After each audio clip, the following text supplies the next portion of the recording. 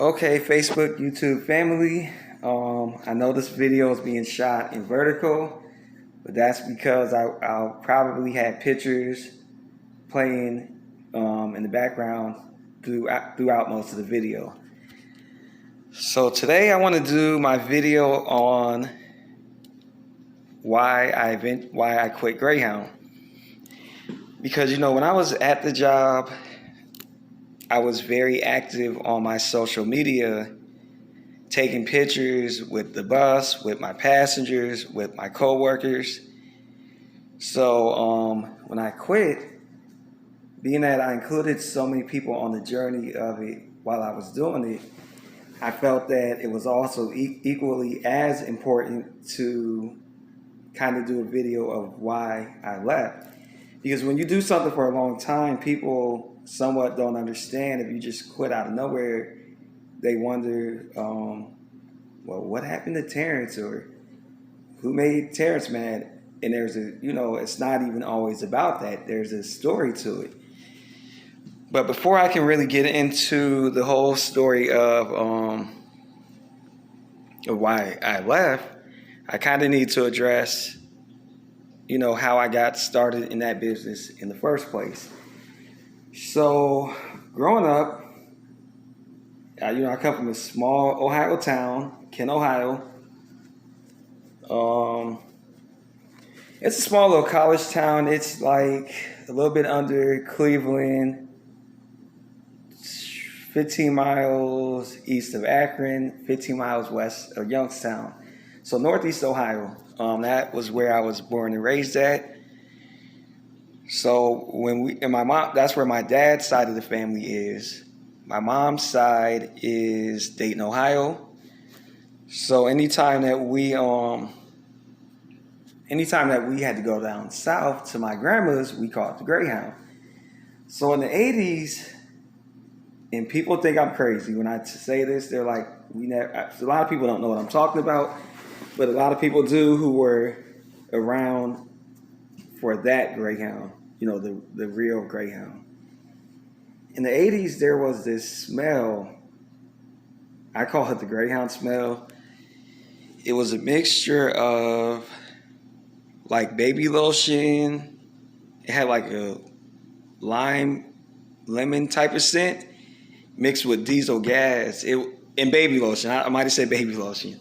It was the best smell you would ever smell in your life. And you would smell it like as soon as the bus would pull up, the door would open, it would just hit you in the nose. And I always thought that was the most fascinating thing, that a bus was so fresh that you could smell it from like 15, 20 feet away. That's how clean these buses used to be in the 80s. Spotless. Any piece of silver was shining. So I was just impressed. And I think I also associated the bus with my grandma's house because we got on in Kent, Ohio. Next thing you know, we're in Dayton, Ohio at my grandma's. So for me, I think I made the bus equal to, or I equivalated the bus with my grandma as a child. So early on, I decided that was something that when I grew up, I wanted to be a Greyhound bus driver. I didn't care about school buses. I didn't care about charter buses. I didn't care about city buses. The only thing I cared about was the Greyhound bus. I want to do it. I want to do it. I want to do it. So, and according to my mom, and she claims, I don't know, she claims my first word was bus, and my first sentence was, "Mom, see the bus." I don't know. What I do know is as a kid, it was funny. Like if I seen a Greyhound on the highway, especially if we're going towards home, because eventually my mom started driving and we wouldn't catch the bus. But if one would ever pass us on the highway, one time I made my mom follow it from, I think we've seen it in Akron, Ohio. We followed it all the way to Youngstown just so I could stare at it and dream about driving it and all this stuff. And it's funny because later in my career, I ended up having to run from Pittsburgh to through Youngstown, Akron, Cleveland, Toledo, Detroit. And it was funny because like sometimes I would be driving it, I would be going past my home, the exit for my hometown, State Route 43, and I'd be looking at it like remembering when I would have my mom to follow it. So, anyways, though, so like I said, growing up, that was just something that I just thought it was the coolest thing ever. It's just a bus. I mean, when you're a kid, you can't explain why you like what you do. You just, I don't know. Maybe like you can, as a child, you can foresee your future without even realizing it. So maybe that was what it was with me because as an adult, my Greyhound career led me to a lot of greatness. You know, I worked out of 9 different cities: Cincinnati, Ohio, Columbus, Syracuse, New York, Orlando, Cleveland. Came back to Cincinnati for a while. Then I did Tallahassee, Florida. Tallahassee, Louisville, Pittsburgh, Tampa, Florida. 9 cities. And you got to remember, for every city that you work out of, I'm looking at my time, I'm trying to keep it at 14 minutes. So 1 minute for each year of my career, 14 and a half years. So that job allowed me to live out of 9 different cities. And you got to think, though, for each city that you work out of, you're exposed to at least 5 to 7 more. So if you're a Cincinnati driver, you're going to do Louisville, you're doing Nashville, Memphis, Birmingham, Chattanooga, Atlanta, Knoxville, Dayton, Toledo, Detroit, Columbus, Cleveland, Mansfield, Erie, Buffalo, Zanesville, Cambridge, Wheeling, Pittsburgh. You working out of Syracuse, you'll do Buffalo. I had to run, so I wasn't on call. I did Utica, Amsterdam, Schenectady, Albany, sometimes Springfield, Worcester, Worcester, and then Boston. So my time at Greyhound really gave me, exposed me to a lot of big cities. You know, because the job isn't just the driving part. It's also your layover points. So when you get to some of these cities, depending on your layover time, some of them you're there for 8 hours on the dock. Some cities you're there almost 30 hours. So when you're there, you're like making friends with the baggage crew. You're making friends with the managers. You become friends with the shuttle van drivers. So when I tell people how fun Greyhound is, they're like, it can't be that fun driving the bus, but they're not realizing there's so much more to that job than just driving the bus. You know, you're making friends nationwide. So for me, I got friends so many cities. Like if I tell you, you would think I'm lying.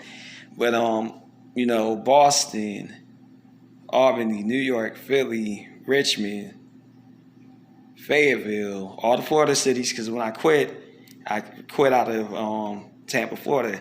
So all the Florida cities: Tampa, Jacksonville, Miami, Fort Myers, Tallahassee, Spring Hill, Mobile, Birmingham, New Orleans, Houston. All these are cities I got people's phone numbers or text them or inbox them on Facebook. St. Louis, Chicago, Milwaukee, Minneapolis, obviously Cleveland, because I worked out of there. Columbus, I worked out of there. Cincinnati, worked out of there. Louisville, worked out of there. Pittsburgh, worked out of there. All these places. Nashville, Memphis, Oklahoma. I got a couple friends in Seattle. I know a few Portland drivers, Vegas, Sacramento, just everywhere. So this job, it exposes you to like friends so many different places. And you make your friends at this company in a lot of different ways. Sometimes you guys have the same layover, so when you're waiting for the shuttle van, they're waiting for it. Other times you pass your bus off to the Atlanta driver, he takes it to Orlando, or vice versa. The Orlando driver comes up, you take over. However it may be, you make friends all over. And then financially, because when I started my plan, even as bad as I wanted the job, I never really wanted it forever. My initial plan, I'm at almost 14. We'll see. My initial plan was just to do it for 7 years. My thing was I was going to pay my college loan off or down and then save up to finish college. That was the plan. I didn't know about the extra board. I didn't know your first 3 to 7 years you're on call. So what that means is that your money is kind of like, I don't like how this hat looks no more. It means like your money is kind of spotty a little bit, kind of hit or miss. Sometimes I should have left it how it was. I'm gonna have to edit this video. I'm looking crazy now. Oh God. See what I go through, people. But anyhow, it's hit or miss. You know, it goes by the regular drivers call off. If they're sick, they're on vacation, they'll call you to fill in. So that didn't quite work for my 7-year plan.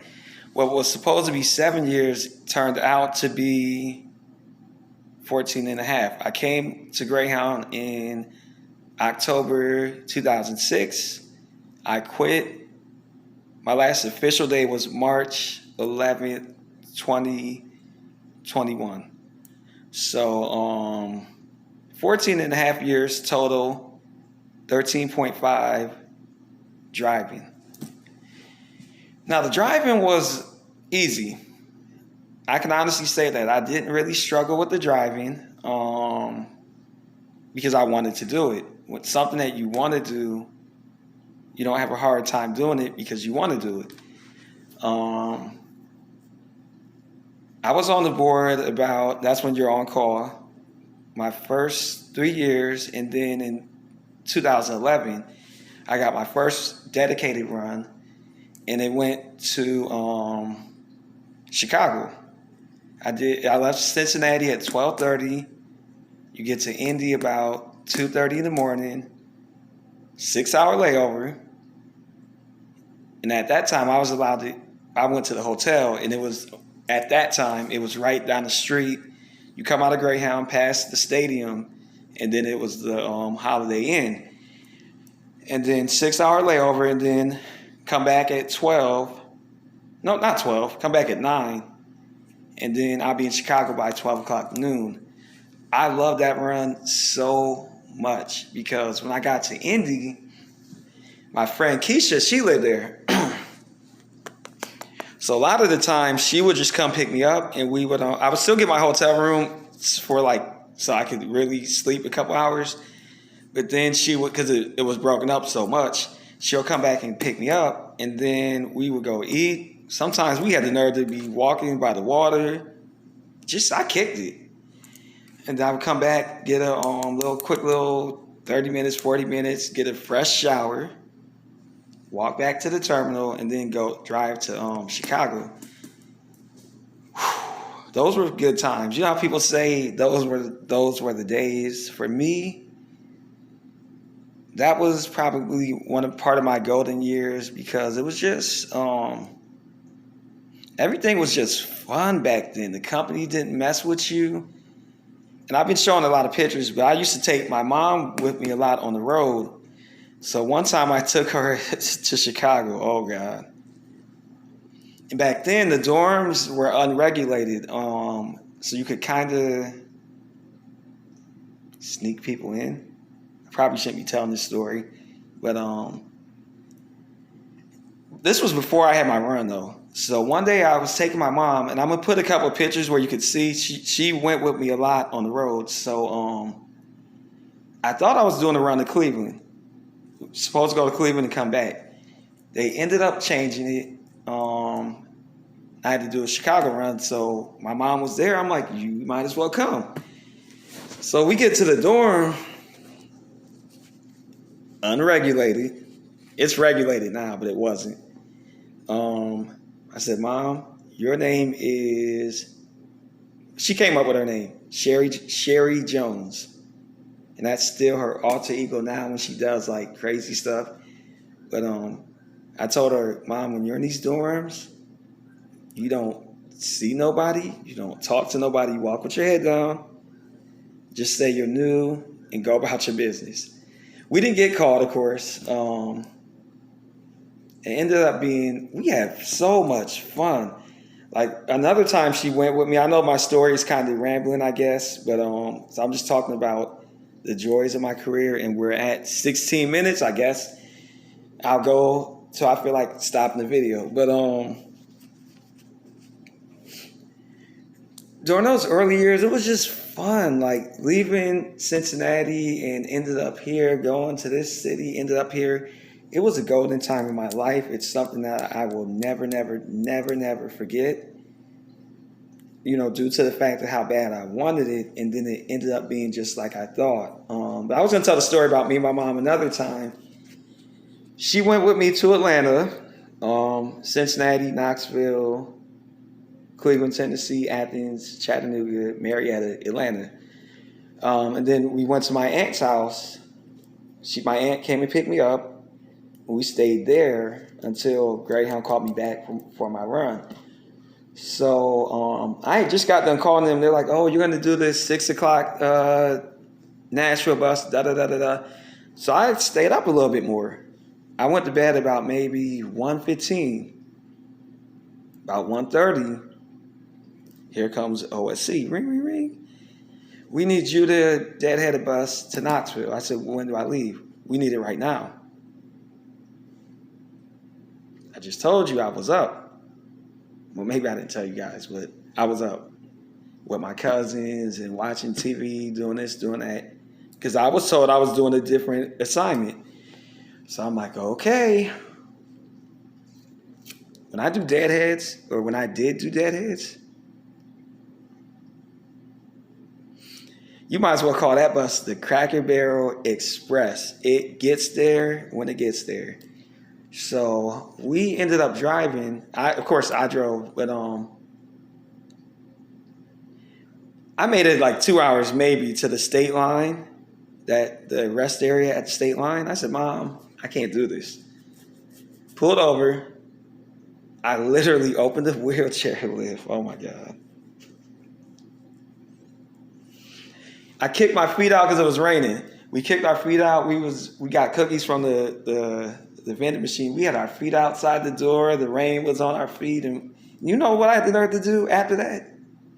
I got in the seat, set my alarm clock for 30 minutes, and went to bed on the bus. They should have told me they needed it. They didn't tell me it was for a live schedule. They just said deadheaded, so that's what I did. It took us about 8 hours. I don't know what to tell you. I could have probably did it faster if I would have had a reason, but no one did really tell me like it was for a live schedule, so I wasn't worried about it, unfortunately. But so we made it. Of course, that ended up being a cool trip. Then we did the next day from Knoxville. I did over to Nashville, then up to Louisville, then up to Cincinnati. But anyhow, those were just fun times. The company was a different company back then. They didn't fool with you too much as long as you drove the bus. They left you alone. So I'm getting kind of lost with my storytelling. There's so many things I could tell. I could write a book. But so I kind of want to wrap it up because I don't want to keep just dragging this story on. So a lot of people wonder if I was having such a good time there and it was all that I thought it would be, why did I ever quit? The reason I quit, or why did I feel the need to leave? I need some water, actually. Hold on. Okay, so if the job is all that I wanted to be, why would I quit? Okay, I would say starting in around probably like 2017. Yeah, 2017. They started this stupid thing where we would do our bid, right, for the September bid. So say if you bidded September the 10th, for example, you would do your bid, and you might do your run maybe one time, two times, and then they'd cut it.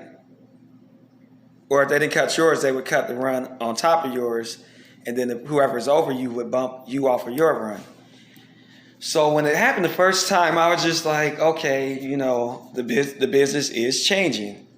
Because when I first started, most schedules ran with a double. That means two at a time.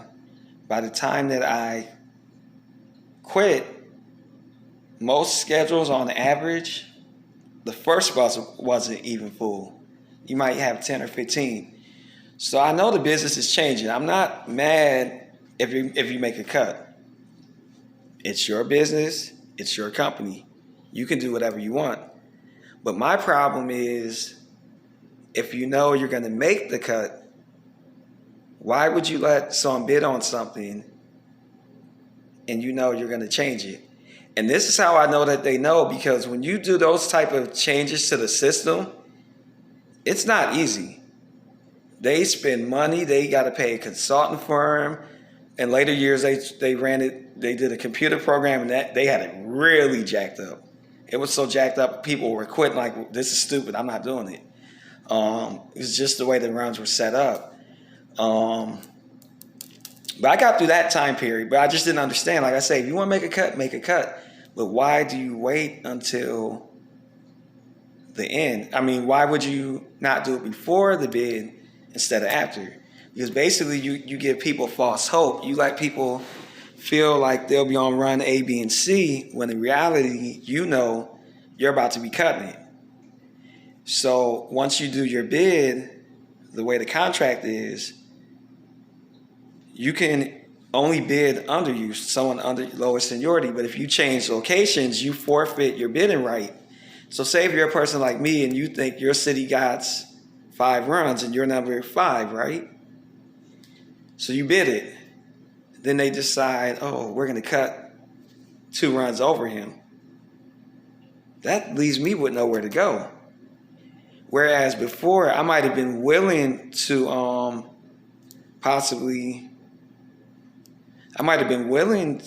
move to a different city, because I moved around. So I wanted to do that because they didn't just do it once. And this was before the pandemic. Because a lot of drivers were telling me, well, be patient, because once things come back to normal, the runs will come back and all this stuff. But my thing is, they were doing this before the pandemic. That's why I moved to Florida in the first place. A lot of people don't know that. I was working out of Pittsburgh for 3 years. 3 years with a regular run. And they just kept cutting. When I first came to Pittsburgh, I had 14 or 15 bumps under me. By the time I left, 1. That means if they changed it one more time, I would have been back to the board. So some people say, well, the board isn't that bad. And guess what? It's not. If it would have if it would have stayed how it was when I first began, you would stay in your region. So say if you're a Ohio driver, you'll do up and down Ohio, you'll do Detroit, possibly Grand Rapids or Muskegon. You'll do Indy, Chicago, a little bit of St. Louis, Nashville, Memphis, here and there, Birmingham, Atlanta, and then come home. But towards the end, the only way you could make money is when you went out to this city, then you had to go to the next VRU point, then you had to go to the next one, then the next one, then the next one. Now, when I first started this career, it wasn't a big deal because one, I'm young. I don't have the same responsibilities. I had a different financial setup. But now that I'm older, and then not only just that, in the transportation business, your seniority is considered a career milestone. So once you've worked at it long enough and you did the board 3 years, 5 years, 7 years, you earned your stripes, your stripe, so to speak. So for them to come back later and be like, okay, because I started getting runs after 3 years, I was a regular man by 7. So I made it, so 7 years in until the time I quit, which is almost 14, I was a regular man with a run. But so towards the end of 2019, before the virus, they were starting once again.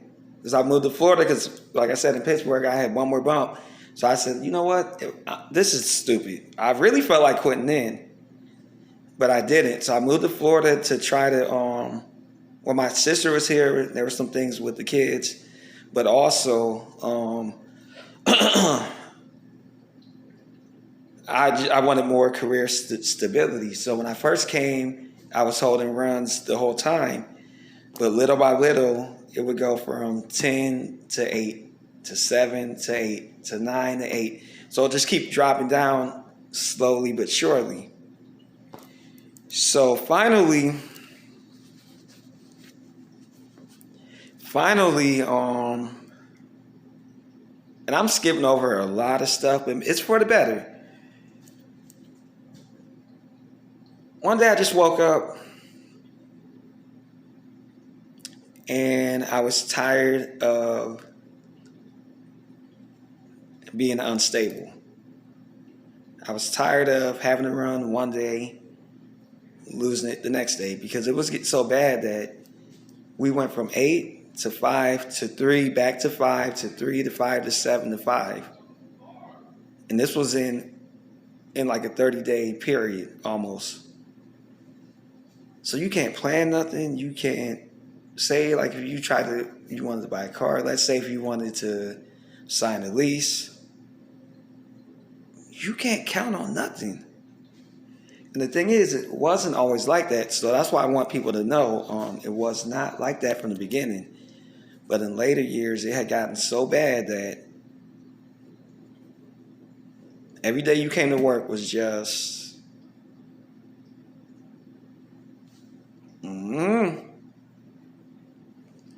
And I felt like after 14 and a half years, I felt like my seniority was doing this. I felt like it was going backwards. And with that kind of time, it ain't supposed to be going backwards. You should have some stability, but, due to the coronavirus or the pandemic, they did cut things back so much that people with 25 years were back on the extra board. So that meant a person like me who's in the middle with 15 years almost, that means now I got to go another 10 years possibly before I'll get a run 100%. Now maybe y'all get it, but then you'll lose it 2 months later. You'll get it, you'll lose it 4 months later. I'm 41 years old. And I know what it's like to have a set schedule because I've had it the past 7 years. I just couldn't do it no more. Just to be totally honest. And